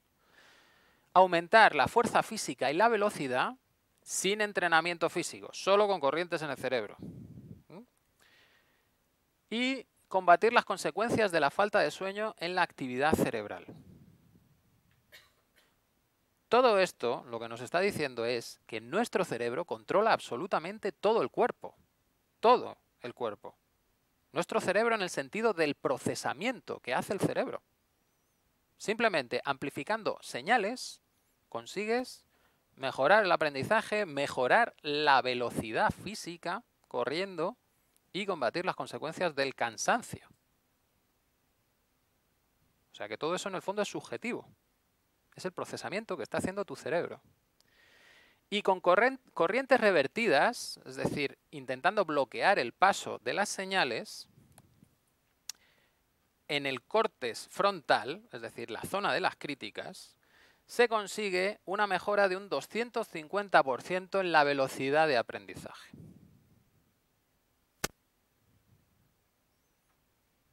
Bien. Esto suele gustar más que el tema de los psicodélicos, pero en el fondo están haciendo un efecto parecido. Es decir, estás consiguiendo modificar el funcionamiento de tu cerebro. Fijaros, este aparato realmente lo que está haciendo es lo siguiente. Nosotros tendríamos una señal en el cerebro que es esta grande, que sería la señal que tú quieres, más luego todo el ruido de fondo. Ese ruido de fondo son todos los programas que están corriendo a la vez, críticas, juicios, sensaciones. ¿Bien? La estimulación electromagnética lo que está haciendo es esto, te amplifica la señal. Entonces es más clara. Tienes más claro cuáles son los puntos de información que tú quieres. Pero cualquiera que haya trabajado con procesamiento de señal sabe que hay otra posibilidad, que es reducir el ruido. Si yo reduzco el ruido, me quedo con una señal mucho más clara. Y no sobrecargo el sistema, no tengo que amplificar nada. ¿Bien? ¿Cómo conseguimos reducir el ruido en nuestra mente? Pues de toda la vida, la meditación. Que la meditación no es más que la relajación de las sensaciones emocionales que se activan cuando estás enfrentado a determinados estímulos, a determinados problemas. Cuando te tienes que sentar a estudiar. Lo mismo no te sientes bien. Pues primero tendrás que reducir todo ese ruido y luego estarás en un estado óptimo que te permitirá aprender, incluso llegando a ese 250% de mejora. Hay estudios en la Universidad de Gestión Maharishi con un programa de meditación para estudiantes y lo que encontraron es que los estudiantes con niveles más bajos mostraron una mejora significativa en el rendimiento. ¿Por qué los de los niveles más bajos y no los de niveles más altos? Porque los de los niveles más bajos tienen más ruido. Luego, apagar ese ruido lo que les hace es igualarse a los que no tienen ruido. No estás haciendo magia, estás optimizando el sistema. Todos somos capaces de hacer lo mismo. El asunto es el ruido que yo tengo para que las señales se procesen bien. También encontraron que todos los alumnos estaban más calmados, más felices, menos hiperactivos, había una mayor habilidad para centrarse en el trabajo escolar, menos peleas y menos uso del lenguaje abusivo, normal, si está más calmado, y una atmósfera más relajada y calmada en general, con el uso de meditación, técnicas de relajación. Bien, nosotros tenemos un compañero en libertad emocional en Ecuador, que se llama Marco Mena, que introdujo estas técnicas en unos centros que se llaman Casa Somos en Quito. Y a esos centros van los alumnos después de clase para hacer las tareas. Bien, pues lo que consiguió es que el tiempo que tardaba en hacer las tareas disminuyese de 2 horas a 30-40 minutos.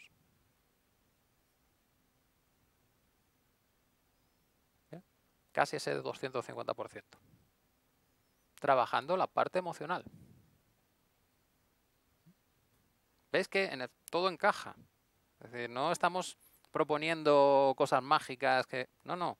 Vas cogiendo diferentes informaciones y analizando por qué es lo que está debajo de esa información y vas viendo que en el fondo todo está funcionando de una manera uniforme. Sí. A ver. Ahí. ¿Qué ocurre cuando hay alguna persona que tiene algún trastorno y no puede procesar bien la información? Vale. Esto, de nuevo, es otra parte que que de primera resulta chocante, porque en medicina nos han hecho 100.000 divisiones. Bien. Desde el punto de vista emocional, psicosomático, todo funciona de la misma manera. Es decir, tú tienes un conflicto emocional que hace que tu cuerpo se adapte de una manera específica. Pero el origen es el conflicto emocional, y el conflicto emocional lo vas a resolver siempre del mismo modo, que es vaciando la información emocional para que llegues a un estado de calma. Tu cerebro luego interpreta esa situación como algo que no es amenazante, sale de estrés, revierte todos los cambios. Sí, no es la meditación en sí. La meditación es una herramienta que hace que esos cambios emocionales se produzcan, esa liberación emocional se produzca. Una de las herramientas. Porque también se podría utilizar un aparato de estos de estimulación eléctrica para estimular la zona de la relajación del cerebro. Bien, y entonces en vez de meditar te inducen la meditación. ¿Vale? Aparte hay otras técnicas que se pueden utilizar, anclajes positivos, para evocando emociones positivas también consigues rebajar esa carga emocional negativa. Bien. Todo se reduce a eso, a ese trabajo con esa información emocional sobrecargada que se muestra de esa manera, desajustada. Bien. Una vez resuelves eso, lo otro vuelve al equilibrio. Y lo curioso es que todo se resuelve igual. Vale. Entonces, ¿es posible solucionar los problemas de rendimiento en clase, el rendimiento escolar? La apatía, la falta de atención, el fracaso escolar. Si el nivel de tus capacidades intelectuales y físicas cambia con los estados emocionales y tú eres capaz de modificar tus estados emocionales, por supuesto que esto está resuelto. ¿Bien? Incluso la clase de gimnasia, también puede ser bueno en gimnasia. ¿Podemos modificar los problemas de comportamiento en el aula? Conflictos personales, bullying, adicionar nuevas tecnologías, todo esto. Todos los pensamientos, juicios y comportamientos se sostienen por estados emocionales. Si tú modificas tus estados emocionales, cambias tus pensamientos, tus juicios, tus comportamientos, se resuelve el problema. Bien. ¿Qué es lo que te comentaba antes? Todo se reduce a ese procesamiento mental que está fijado por esa estructura emocional. Entonces, por un lado es como, qué chasco, no es complicado, y por otro lado, qué bien, que todo se resuelve de la misma manera. En el fondo, todos venimos de dos células que se unieron y cada uno de nosotros somos diferentes. Y esas células leen el código genético para montarnos, y el código genético en el fondo son las mismas moléculas, reordenadas de una manera u otra. Es como tener experiencias diferentes. La base, en el fondo, es muy sencilla. ¿Bien? Bueno, tenéis aquí unos talleres que hice para alumnos de primaria, un par de sesiones para enseñarles las técnicas de trabajo emocional.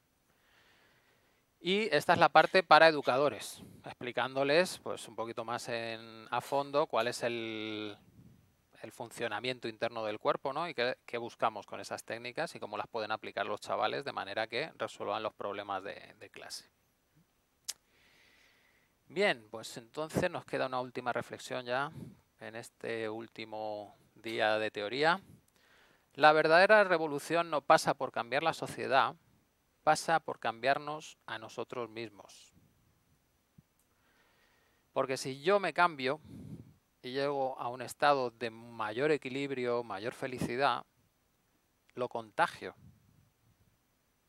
Y entonces otro empezará el cambio también. Y nos reforzaremos y será más fácil contagiar a muchos más. Y poco a poco eso se irá extendiendo, porque mi estado de equilibrio es estable. Lo que no puede ser es intentar fingir un estado que realmente no tengo. Intentar fingir que estoy en paz y lo que atraigo es alguien con una pistola. Bien, y aquí tenemos el caso de Gandhi y el caso de John Lennon. Si realmente yo estoy en paz, radio, irradio esa paz. Y la persona que viene se calma. Es un cambio radical que tiene la persona. Y por lo tanto no se producen situaciones de agresividad si realmente yo estoy en paz.